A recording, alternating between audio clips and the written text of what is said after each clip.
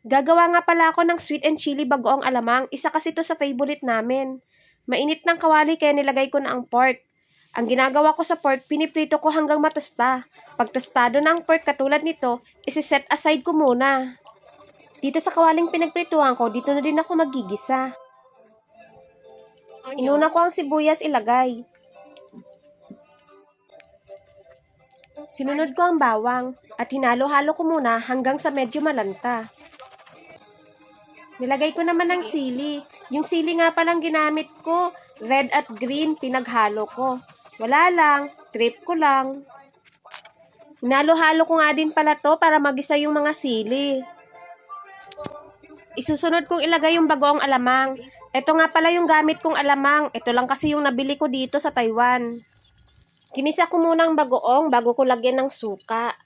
Nilalagyan ko nga pala talaga to ng suka, pampabalance ng alat. Nilagyan ko din pala ng ground pepper powder at magic sarap para lalong sumarap. Nilagyan ko nga din pala to ng brown sugar para manamis-namis.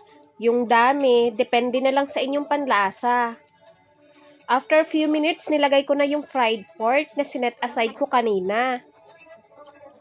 Hinalo ko lang ng hinalo at hinayaan kumulo hanggang sa maging ganito na ang itsura.